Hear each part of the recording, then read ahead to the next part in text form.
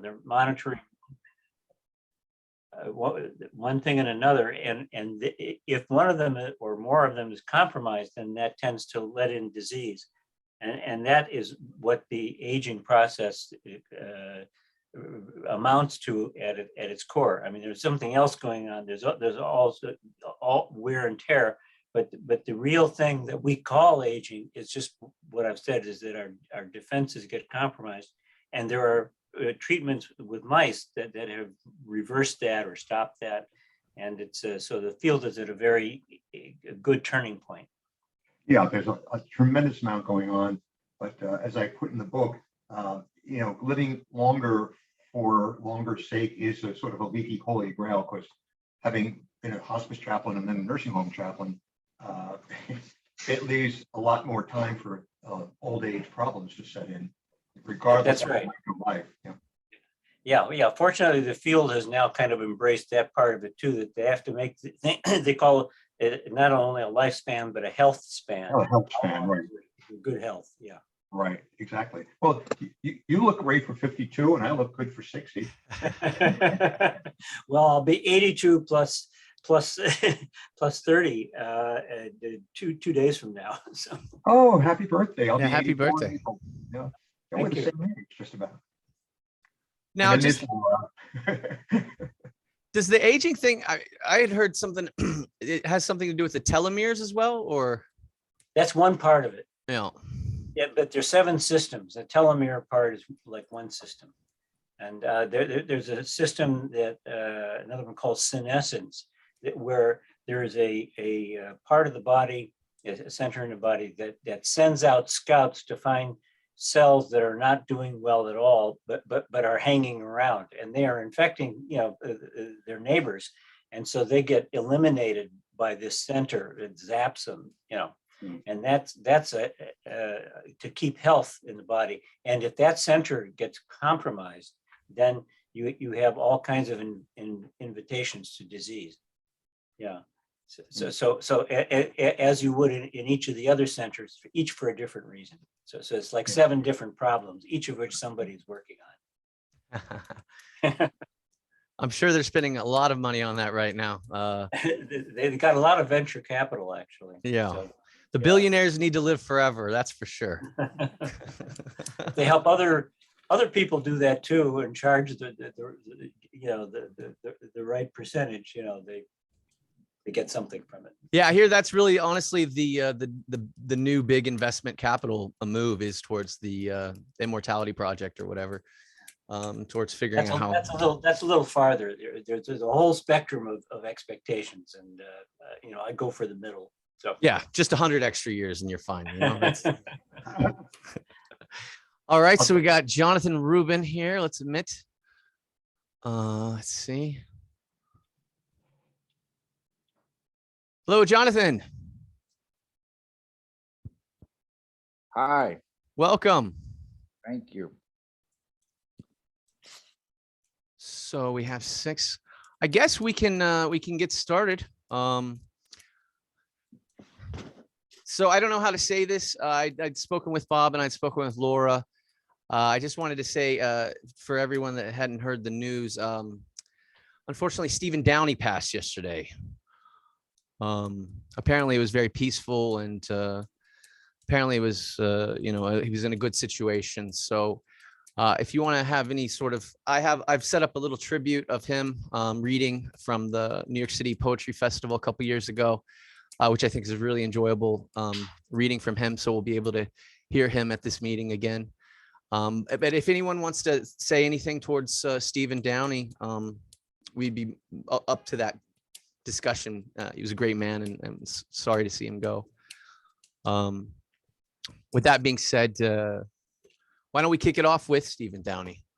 And let's hear a poem, I think 2 poems from him, from Robert Browning. Let's see how we share this. Share screen. Screen 2, share. And let's go. Let's see. Does everyone, what do you see? Do you see Stephen, or do you see like Homer Simpson? I see a man on the sitting on a chair in front of a fence. Okay, perfect. And He was saying the New York Browning Society. can you hear audio? No, I hear I think no there's audio. another, hold on, let's see. I think that there's a thing where if you share, you can, oh, you have to share the audio as well. Let's see, this new share. Share sound. Optimize for video clip. Let's try all that stuff. Okay, now let's try this. Yeah, let's hear it for a Browning poem. Can we hear sound now? Yeah, Okay, perfect. So we're going to go. This is Stephen Downey reading at the 2013 New York City Poetry Festival, and he's reading 2 poems.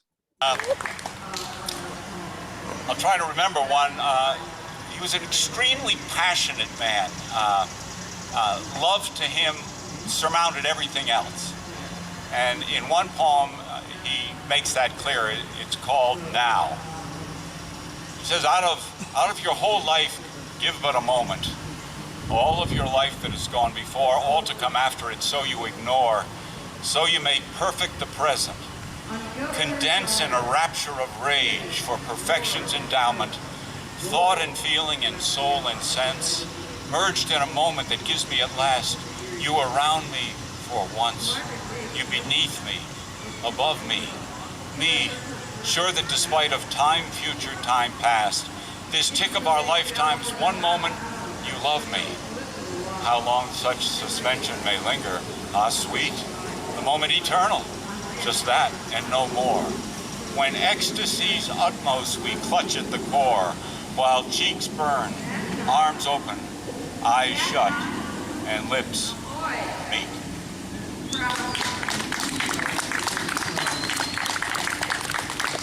And I'll finish by what is described to be Browning's last poem, Robert Browning's last poem, called Epilogue to Asolando, where he lived late in his life. That's in northern Italy. At the midnight in the silence of the sleep time, when you set your fancies free, will they pass to where by death fools think imprisoned? Lo, he lies who once so loved you, whom you loved so. Pity me? Ah, to love so, be so loved, yet so mistaken.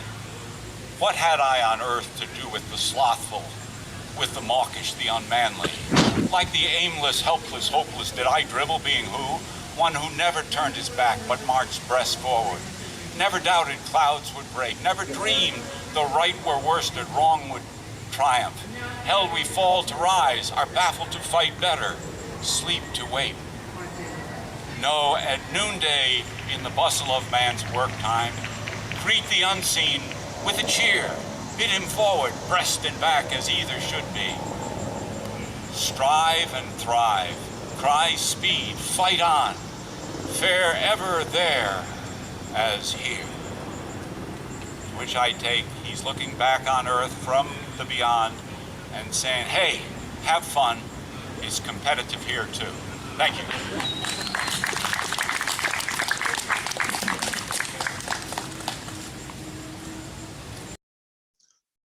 All right. Did he just read that from memory? Like, Yes.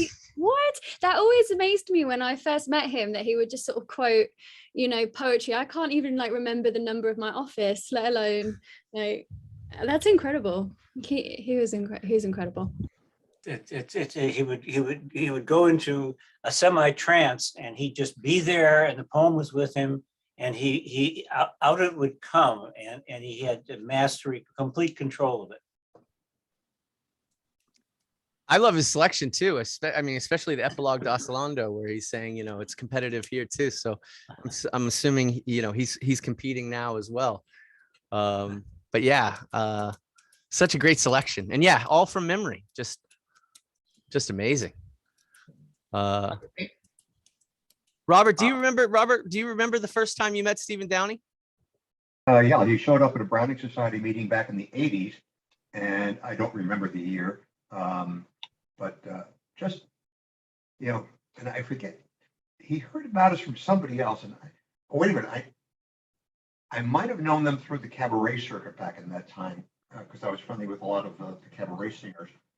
So I'm really not absolutely sure how, but I know he came to his first meeting in the 80s, and he already knew a lot of Browning, knew a lot about Browning. And the thing I like to say about Steve is, in the true sense of the word, he was a gentleman, wonderful guy, and I miss him.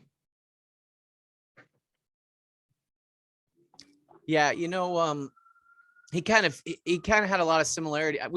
I shared a lot of similarities with him in certain manners. But he kind of took me under his wing when I first joined.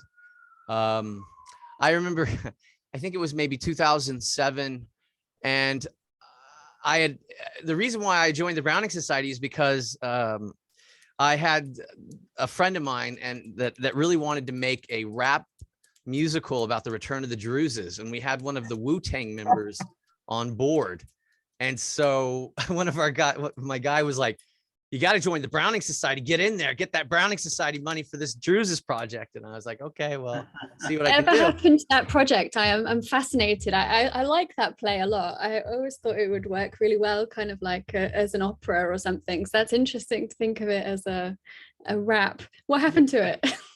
I just kind of, I guess we didn't have the right backing or something just fell apart. But yeah, I felt the same way. The last time it was put up on stage was in 1907, I think, in Boston was the last time that it was put. But it's an excellent story, The Return of the Druzes. And so I remember emailing Stephen, and I said, so, I would like to come to one of the Browning Society meetings. And he goes, oh yeah, it's fine. And it doesn't even matter if you're related to Browning or not, just show up, it'll be fun. And so it was a lot of fun. And at that time, Stephen had really grown the society to the fact that, I mean, if you remember those meetings, they were packed full of people, famous actors and musicians. And I mean, it was really a place to be. And that was all because of Stephen Downey. He was literally the guy that put everything together, all these great people in one place. And so he was a fantastic gentleman. Absolutely. Herb, do you have any good memories that you'd like to share? Well, lots of them. Just he when we were in the Pete's Cafe, and somebody else would come in, and he was already there, with some of the regulars, and he would just come to life and say, oh, he would practically lift you in your chair with his voice. and he would announce, oh, this is a special person, Daddy, I got it. So he knew how to envelop one in the social side of an organization, to make you feel the vibration of that organization through his enthusiasm and his wit. That's what I remember making the most impression on me. Yeah, he considered the informal Browning Society board meetings at Pete's every time, and it was just a joy to be a part of that. And we're gonna miss him. That's for sure. Yes, I feel that. I really do. Yeah. So it is what it is. We have one or two more poems we can share from Stephen throughout the meeting if you care to hear. Once Sure. Again, also typically from rote. So it was pretty impressive to hear him. I do love to hear his voice. I feel like he has this most beautiful voice to listen to reading poetry. I always remember the first meeting I came to, because he actually took me by the hand and brought me over, and I thought he was very charming. Definitely very charming. Yeah, the gravitas, absolutely. And he had that effect on anyone. I spent a lot of time with him, and we would be walking down the street, and he would be the person that could just literally charm a complete stranger, and all of a sudden they would be a Browning Society member, 2 weeks later. So he had that effect. He had that magnetic personality that it's hard to duplicate, and he will be missed. So what do we think? Would someone like to read a Browning poem as part of our annual holiday poetry reading? Anyone want to Bob, you want to go first, or? Well, I wasn't prepared to do that. I thought I'd just be listening to poetry, so I apologize. I have. Excuse me, James, Swapan James. Basu, welcome. whom you are talking about? I joined late. Stephen Downey, the former president, he has passed. Oh, really? Yeah. Oh, I see. I see. Tom, you have a poem you'd like to share? Sure. All right. And actually, it's from the same final collection by Robert Browning that that we just heard Steve Downey reading from Azalando. And there's a little poem in that collection titled Summum Bonum, which means simply the greatest good or the highest good. And here it goes. Can you hear me okay? Yeah. Okay. All the breath and the bloom of the year in the bag of one bee. All the wonder and wealth of the mine in the heart of one gem. In the core of one pearl, all the shade and the shine of the sea. Breath and bloom, shade and shine, wonder, wealth, and how far above them, truth that's brighter than gem, trust that's purer than pearl, brightest truth, purest trust in the universe. All were for me in the kiss of one girl.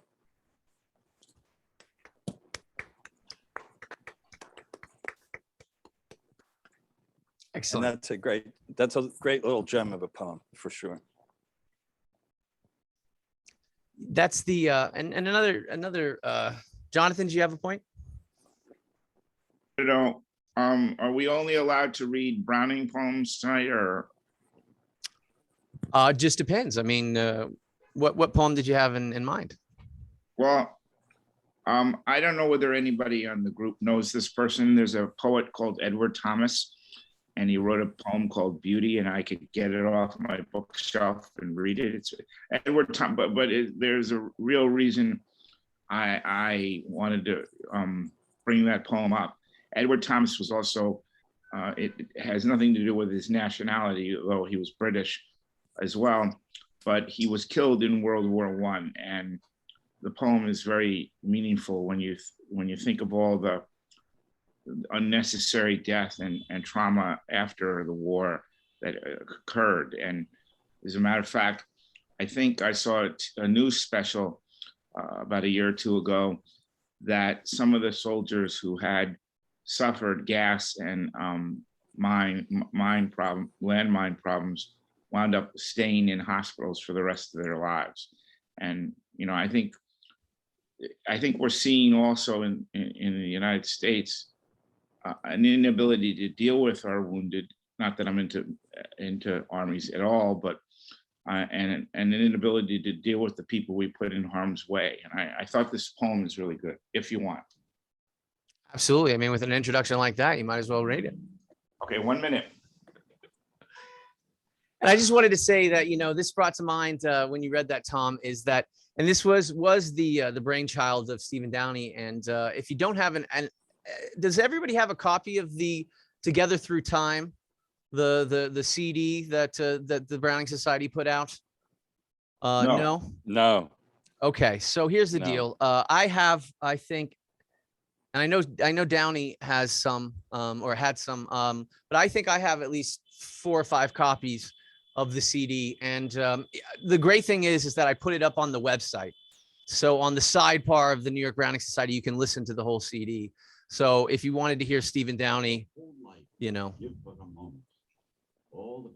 he's there always on the website. I'm ready. All right, Jonathan, you ready? Yep. All right, let's hear a poem. Beauty, what does it mean tired, angry, and ill at ease. No man, woman, or child alive could please me now. And yet I almost dare to laugh, because I sit and frame an epitaph. Here lies all that no one loved of him, and loved no one. Then in trice that whim has wearied, but though I'm like a river, as at fall of evening, while it seems that never has the sun lighted it or warmed it, while cross breezes cut the surface to a file.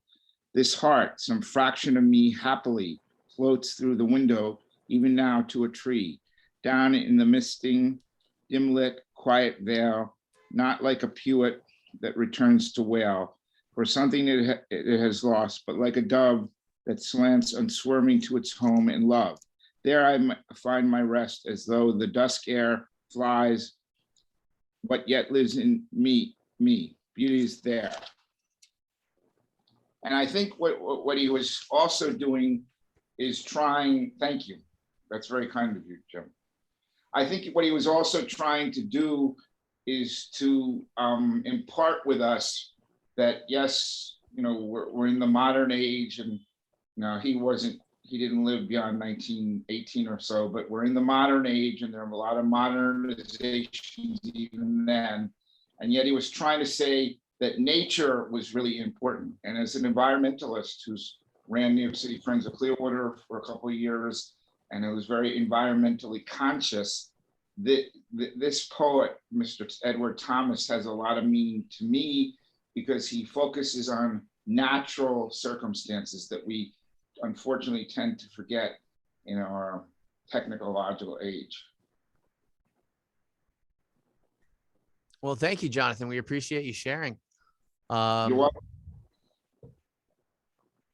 So who's ready? Who's ready to go up next? We have any, Herb, you want to volunteer? Yeah, yes, because I think this will go with it in an interesting way. And its connection to Browning is that this is concerned with the connection between the human and the nature around him.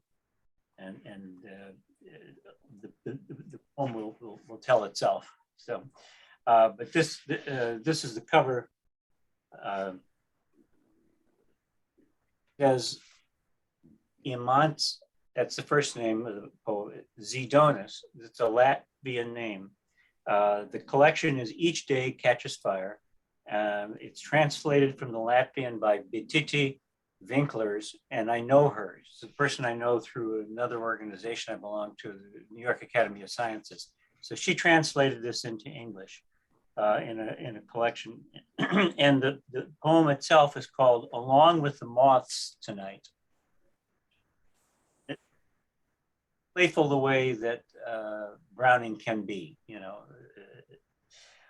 Along with the moths tonight, love runs into the window pane. Turn off the light or we'll have no peace.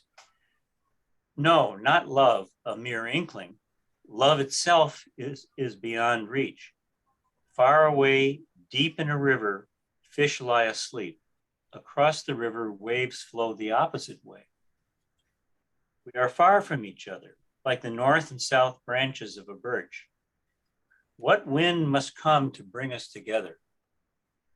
We are the doors at opposite ends of a barn, and through the barn, a draft courses. Love lies unreachable beneath your house.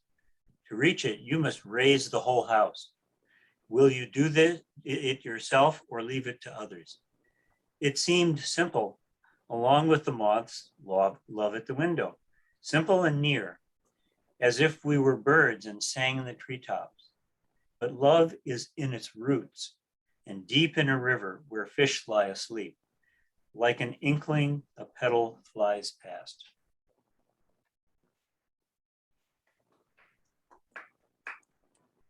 Thank you. Excellent. Thank you. I'm having to mute my mic because there's all sorts of honking cars outside.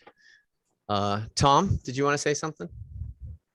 I thought that was fairly Browning-esque and although Browning goes into even greater minute detail when he's describing nature. But it was along those lines for sure. It reminded me a little too, the one where he talks about, going to this island on his little sailboat and walks the 3 miles across the plain of the island to reach this cabin where there's a woman waiting for him, that he can see through the window.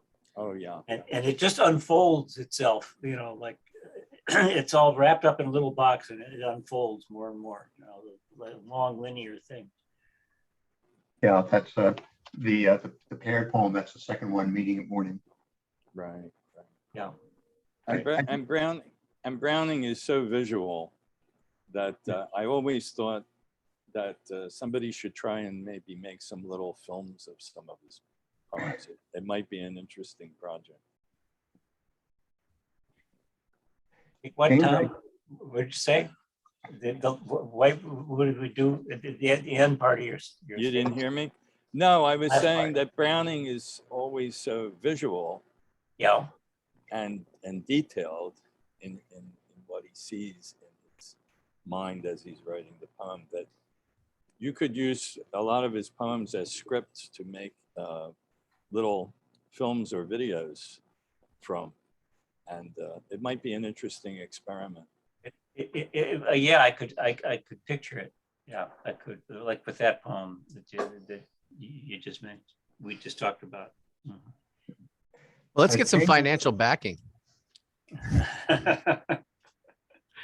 James, I did run out of the room because I just wasn't paying attention when I said I joined this thing tonight without, and I remembered I'm supposed to have a poem. I do have a collection of some of the things that we don't hear much from, where it's some little gems. And the ending of Apparent Failure is one I would like to share. If That'd be great. You ready? Yeah. All right, let's give it up to former President Robert Griffiths. It's wiser being bad than good. It's safer being meek than fierce. It's fitter being sane than mad. My own hope is the sun will pierce the thickest cloud earth ever stretched, that after last returns the first, though a wide compassed round be fetched. Then what began best can't end worst, nor what God blessed once prove accursed. He just fits it together. Excellent. Excellent. Thank you. You're welcome. Yeah, there's stuff that we never read, Red Cotton Nightcap Country. There's excerpts from it. I mean, it's really tough going trying to read the whole thing, but the excerpts from these things are worth seeking out. It reminds me, Bob, that he had a poem about the alchemists, the Paracelsus. And yeah, I've been reading Carl Jung, and Carl Jung said that it was the goal, a magnificent goal of the alchemists to want to, as he called it, unify polar opposites. To take things that are contradictory to each other and find a larger frame or story that makes them whole, that makes sense of them, and where they both coexist and contribute to the whole. Yeah. And that's one of his early poems. Absolutely. And, I think just speaking of which, Robert Kramer called and let us know. Unfortunately, he just got out of surgery. He had 2 surgeries and he had a big presentation that he wanted to join, but he called at the beginning of this meeting to let us know that he was sorry that he couldn't make it, but he was just really tired. I said, please sleep. We can't have that many more people leaving today. So how about Maybe we hear? he can share his presentation at the next meeting. Absolutely. If he had something prepared, we could still hear it next time. 100%. And our next meeting, are we excited about that? Yeah. Laura, have you spoken with our speaker yet? Have you had any? No, I the last thing I heard is that you had contacted Sure, her, she's but I 100%. don't have I don't have her details or anything. So Oh, fair enough. contact her. Yeah, absolutely. No, she's excited. She's really excited about And she's in January, is she? January. Absolutely. Okay.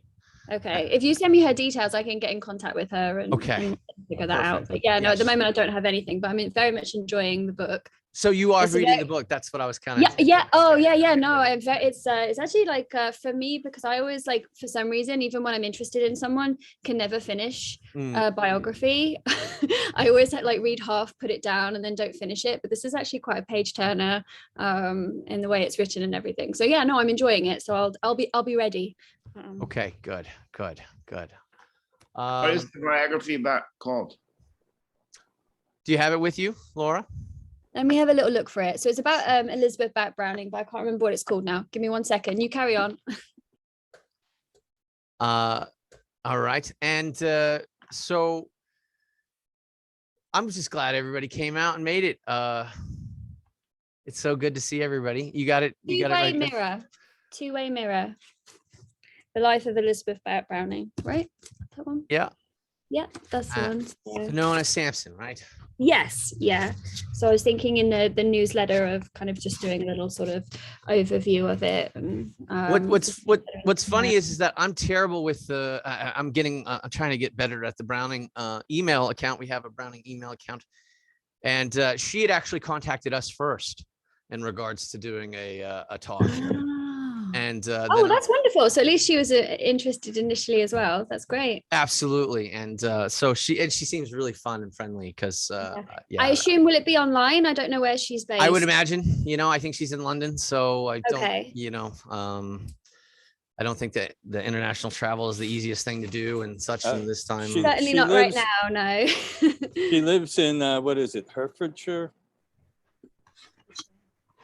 Where I'll have to if you send me her email, I'll send her an email. Gotcha. I'm quite excited to be in contact with her. Actually, I'll just sort of. we'll set that off. We'll set that off. Yeah, no, that's wonderful. Definitely lots of stuff in here that I had no idea about. So I'm excited to hear her speak. Yeah, and I talked to and I'm sorry, my voice is a little shy, but I talked to Laura about the idea or the possibility, and this is something I don't know why I'm coming to it right now, but at the West Beth Community Center, they have a very nice setup with a projector and all that. So it would be possible for us to even do in-person meetings and also to have them live on the Zoom as well. So we could kind of have a crossbreed between the Zoom and the live. I think that might be an interesting thing to try out. They're calling that high flex these days, right? Is that what it is? Is that what it is? All the beleaguered teachers that are supposed to do high flex. Thankfully, I haven't had to do it because it sounds like a nightmare. But yeah, like some teachers in the classroom and they're teaching the students who want to be there, but then there's some on Zoom at the same time. Well, the reason why fine for the society, but yeah, I think if you're teaching like 30 kids, sure. it's tricky. Well, the reason why I think it might work with this venue is because it's kind of like, I guess, a black box theater. And so it has like the blank white wall. So we could actually have all the people in the meeting, like on the wall, while we're in the meeting. I don't know. I think it kind of could be cool little sort of. In my church, it's called dual platform. Dual platform, high flex. That's right. Giving access to everyone who is in one way or another involved with this.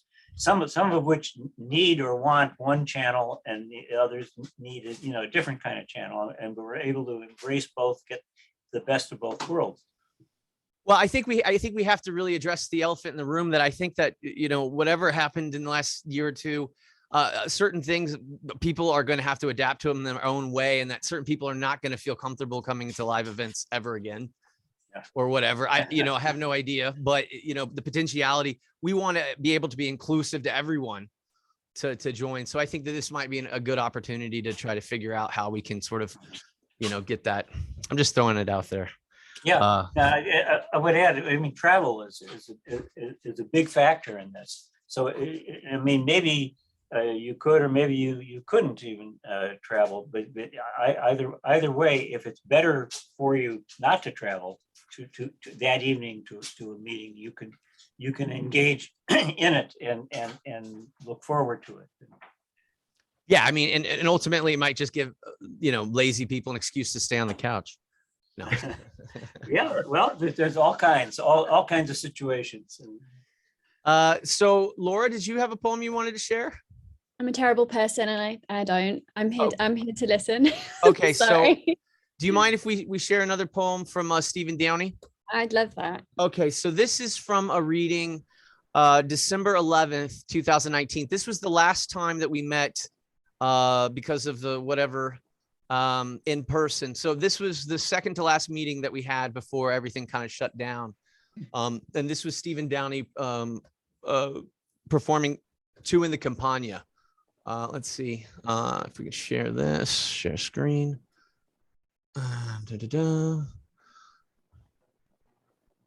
All right, can we see that? Okay. Browning's great recognition, and it was that all we have is our time, and how we use it is up to us. But within that time that we have to use, our relationships are everything. And yet they're the hardest thing to hold. He calls it the good minute. And particularly in love between men and women, or between men and men, or women and women, between human love is that golden moment, that peak moment that everybody tries to hold on to and yet can't. And his poems touch on that in so many ways. I'm going to read one that I think does it as well as anybody could. It's called Two in a Campagna. And a campagna just means a field in Rome or in Italy in the 19th century. And first he talks about the passing of nature. And then he talks about the passing of Rome. And then he talks about the passing of love and holding that golden minute. I wonder, do you feel today as I have felt since, hand in hand we sat down on the grass to stray, in spirit better through the land, this morning of Rome and May? For me, I touched a thought I know has tantalized me many times, like turns of thread the spiders throw, mocking across our path for rhymes to catch at and let go. Help me to hold it. First it left the yellowing fennel run to seed, there branching from the brickwork cleft, some old tomb ruined, yonder weed took up the floating weft. Where one small orange cup amassed 5 beetles, blind and green they grope among the honey meal, and last everywhere on the grassy slope I traced it. Hold it fast. The champagne with its endless fleece of feathery grasses everywhere, silence and passion, joy and peace, an everlasting wash of air. Rome's ghosts since her decease. Such life here, through such lengths of hours, such miracles performed in play, such primal naked forms of flowers, such letting nature have her way, while heaven looks upon its towers. How say you, let us, O my dove, let us be unashamed of soul, as earth lies bare to heaven above. How is it under our control to love or not to love? I would that you were all to me. I would that you were all to me. I wish that you were more to me, is what he's saying. I would that you were all to me, you that are just so much, no more. Nor yours, nor mine, nor slave, nor free. Where does the fault lie? That the core of the wound, since wound there must be. I would I could adopt your will, see with your eyes and set my heart beating by yours and drink my fill of your soul's spring. Your part, my part in life, for good and ill. No, I yearn upward, touch you close, then stand away. I kiss your cheek, catch your soul's warmth. I pluck the rose and love it more than tongue can speak. Then the good minute goes. Already how am I so far out of that minute? Must I go, still like the thistle ball, no bar, onward, whenever light winds blow? Fixed by no friendly star? Just when I seemed about to learn, where is the thread now? Off again. The old trick, only I discern, infinite passion and the pain of finite hearts that yearn. 2 in a companion. All right. Wasn't that nice? Did you see all the people there and the Christmas and the, I don't know. I think that's pretty cool. So what's funny is he was reading from this particular collection of Robert Browning's poetry. I have all of the Robert Browning. This is the complete Robert Browning collection, and I have the Elizabeth, and I've come across so many. I have a collection here. If they find me dead, come and find the books, please. Just out of curiosity, I would like to read a poem, but Swapan, did you want to read a poem? Now I can. Yeah, that would be great.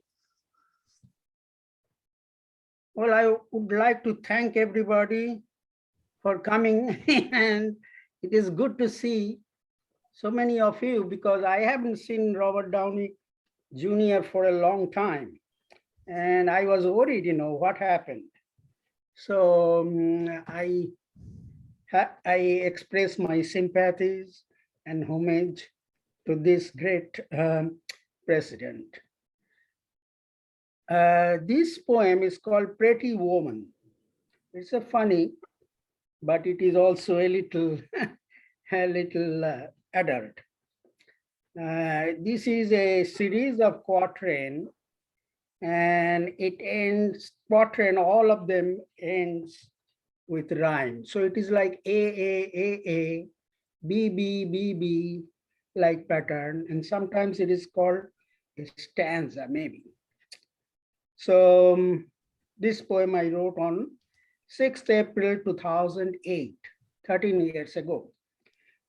And it's a short story though. So once I started writing a poetry, it looks like I can also write a story. So I'll try something later. Do not follow a pretty woman. You may catch a wrong train and end up in a strange terrain. Get confused inside your brain. I followed her at the end of a trip, went to the same bar for a sip. You like to lick Lady Lilac lips, paid more than you should tip. Did she invite me with blue eyes, lowered blouse to show the price? They were all round of good size. If I proceed, what will be the price? She crossed legs and gently shook, puffed a cigarette, opened a book, sprayed bare thighs for a close look. I was a fish and she was the hook. I found hope, but not the courage. Gush of hormones came to salvage. Are we compatible of similar age? Maybe she is married or engaged. In a low voice, I asked the bartender if he has seen that lady quite regular. Of course, sir, I have and I know her. She is in Vice Squad, a police officer. I rushed out from the busy store. I must not stay here anymore. I thought a while if she was a whore. Then I saw her smiles at the door. I stopped and turned around. Would I be handcuff bound? She waved and I heard a sound. If she is in love too, I just found Step by step, I returned to her. She opened arms as I came near. Why did you run away, my dear? I told my fear and held her finger. I'm still an ordinary woman looking for the right gentleman. Here knows me almost everyone. That is why I go to a far terrain. I may be a tough police officer, still my heart is full of desire. I put my hand on her shoulder, then we slowly walked together. Why did you leave in a hurry? Hardly ate rice and fish curry. I became happy, but felt sorry. Tears came out, eyes got bloody. We slowly came to her small house. It looked neat, and I sat on the couch. Talked a while until love aroused. In our minds, we found the spouse. Sometime later, we did marry, lived in a house at a prairie. Sweet memories we did carry. Our love, death could not bury. No risk, no gain was our story. Thank you. Thank you, Swapan. Welcome. All right. So then there was one. I haven't really practiced this poem, or I've heard it many times. Never read it before. But this is for Stephen Downey. It's called Love Among the Ruins. Where the quiet colored end of evening smiles, miles and miles, on the solitary pastures where our sheep, half asleep, tinkle homeward through the twilight, stray or stop as they crop, was the sight once of a city great and gay. So they say, our country's very capital, its prince, ages since, held his court in, gathered councils, wielding far peace or war. Now the country does not even boast a tree, as you see, to distinguish slopes of verdure, certain rills from the hills intersect and give a name to, else they run into one, where the domed and daring palace shot its spires up like fires, or the 100-gated circuit of a wall bounding all, made of marble, men might march on nor be pressed 12 abreast, and such plenty and perfection sea of grass never was. Such a carpet as this summertime or spreads and embeds every vestige of the city, guest alone, stock or stone, where a multitude of men breathed joy and woe long ago, lust of glory pricked their hearts up, dread of shame struck them tame, and that glory and that shame alike, the gold bought and sold. Now, the single little turret that remains on the plains, by the caper overrooted, by the gourd overscored, while the patching house leek's head of blossom winks through the chinks, marks the basement whence a tower in ancient time sprang sublime, and a burning ring all around the chariots traced as they raced, and the monarch and his minions and his dames viewed the games. And I know, while thus the quiet colored eve smiles to leave to their folding all our many tinkling fleece in such peace, and the slopes and rills in undistinguished gray melt away, that a girl with eager eyes and yellow hair waits me there in the turret whence the charioteers caught soul for the goal, when the king looked where she looks now, breathless, dumb, till I come. But he looked upon the city, every side, far and wide, all the mountains topped with temples, all the glades, colonnades, all the causeys, bridges, aqueducts, and then all the men.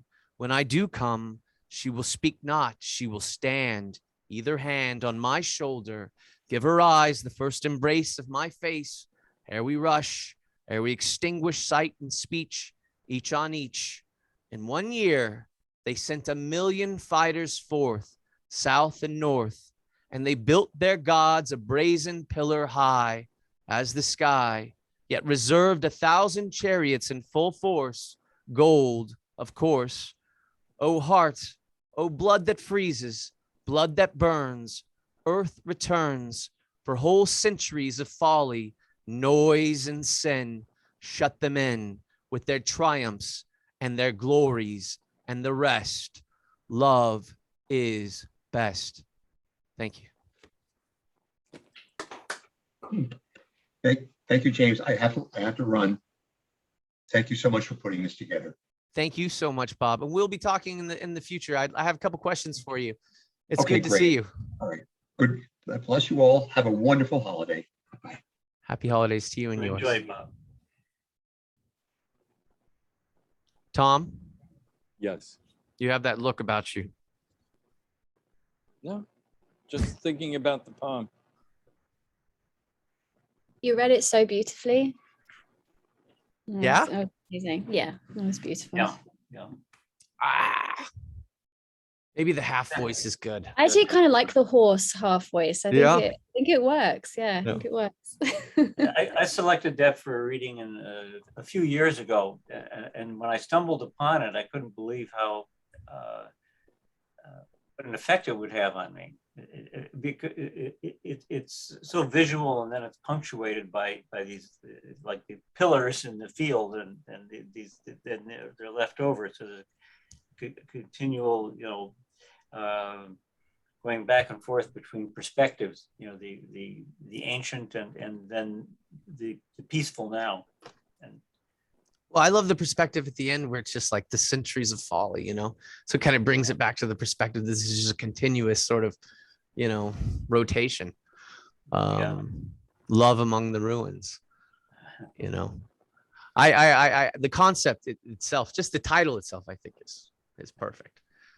Swapan, I know you're a fan of the rhyming poetry. What did you think of the Love Among the Ruins by Robert Browning? I don't know if I read that particular poem, Love Among the Ruins. Love Among the Ruins. I suggest it as something to pick up in the near future. Okay, I'll take a look. Okay. So did we do okay? We're coming in on time, 6:57. Do you want to hear something?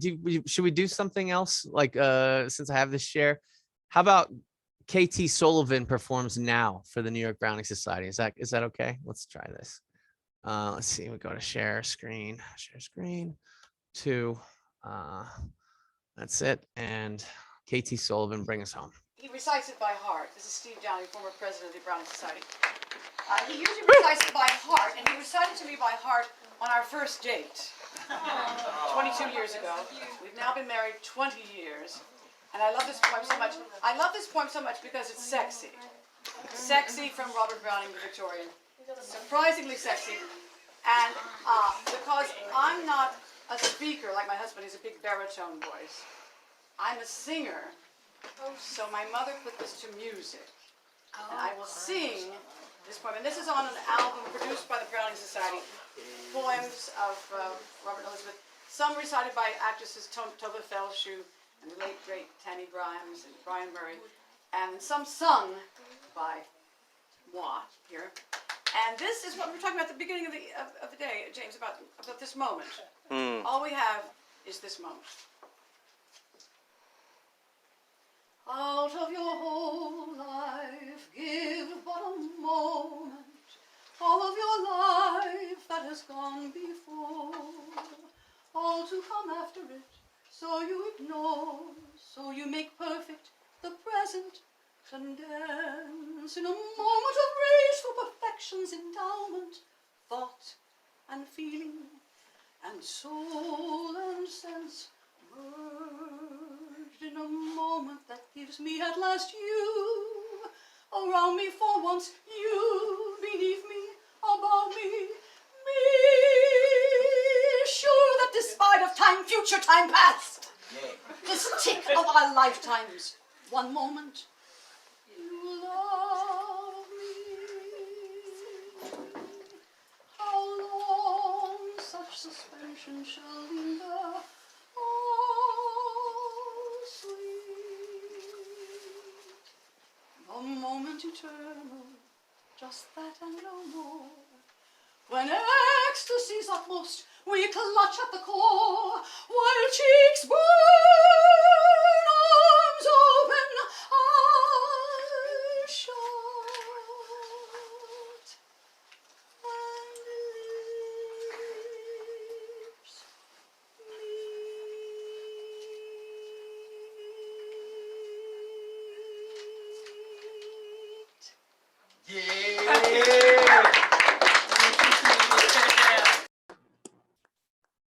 All right.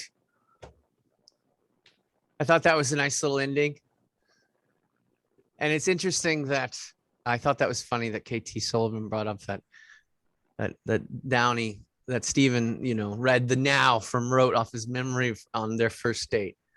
Sounds like that's how he wooed her. Yeah.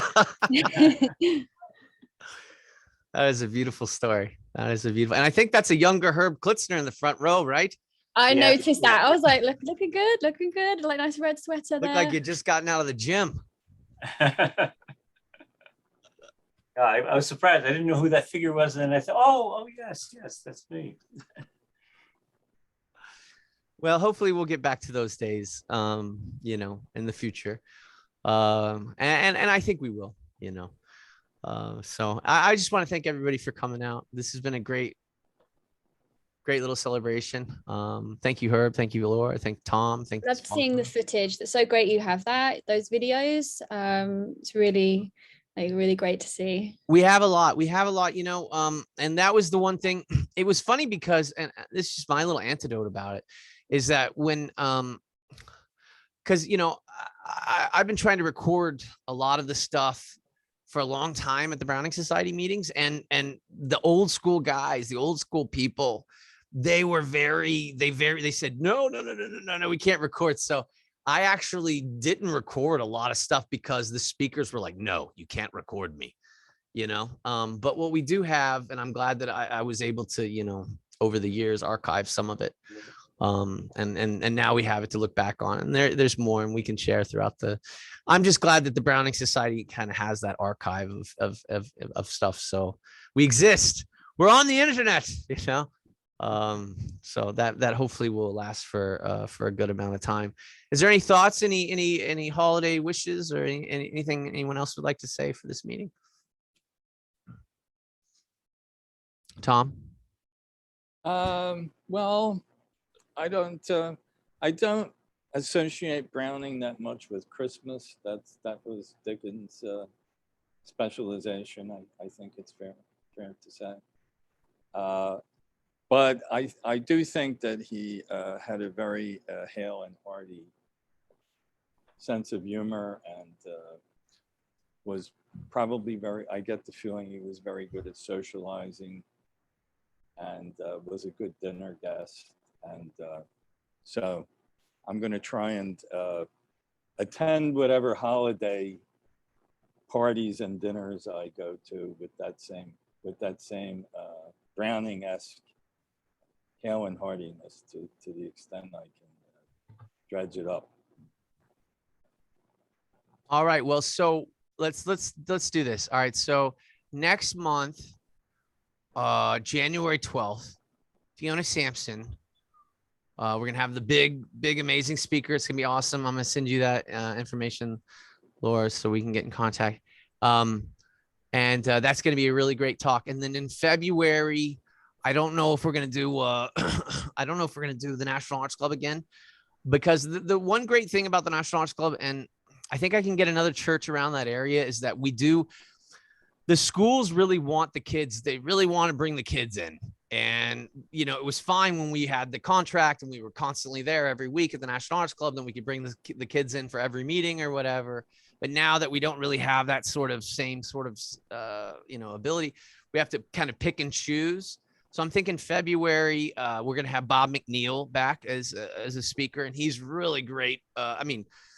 He's a fantastic performer. Let's just say that. And he's really good with the kids as well. So I think February we'll do something like that with the kids. So that will be probably like a 1 p.m. meeting. That's another thing, is that the kids also with the 1 p.m. thing.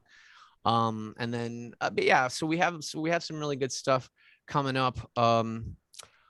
Thank you guys for all coming out. Let's end this with this is one of the kids performing at that also at that last performance that we had this 2 years ago or whatnot, the National Arts Club.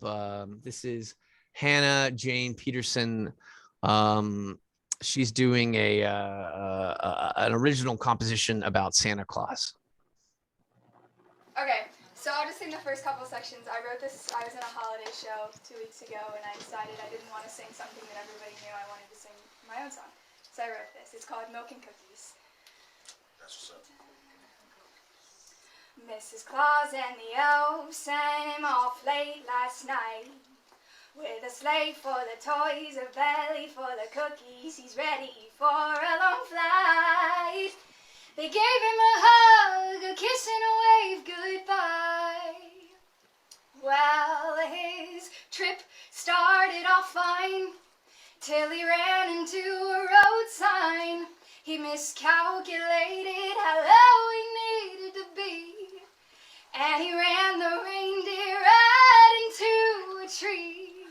Santa, how much milk and cookies did you eat? Oh, Merry Christmas, Santa Claus. Lay off the cookies, Santa Claus. Drinking too much milk can make it hard to fly.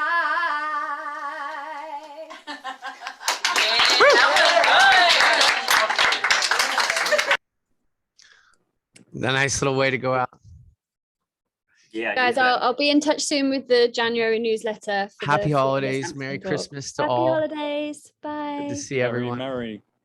Take care. Bye-bye. Take care. Have a good night. Merry Christmas and Happy New Year. Merry Christmas. Thank you. Ciao. Ciao. And to all a good night. And to all a good night.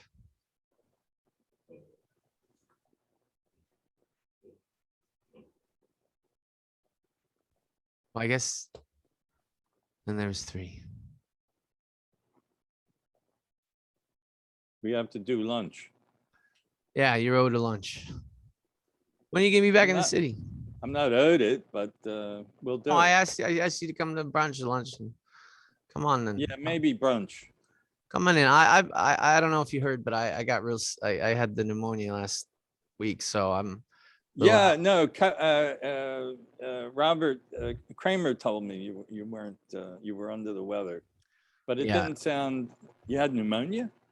Yeah, it was not fun, but Oh, I didn't hear about that. I thought you just had like a cold or something. oh no, I wish that colds are fun. You know, like I remember the days of colds.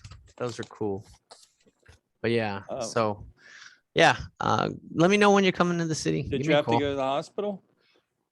I chose not to. That's killing grounds. Yeah. Well, they can be dangerous places. Yeah, that's a so. lot more dangerous. So. All right. I don't know my plans as yet, but I'll be in touch. All right, brother. Happy holidays. Good to see you. Ciao. Ciao. You too. Ciao.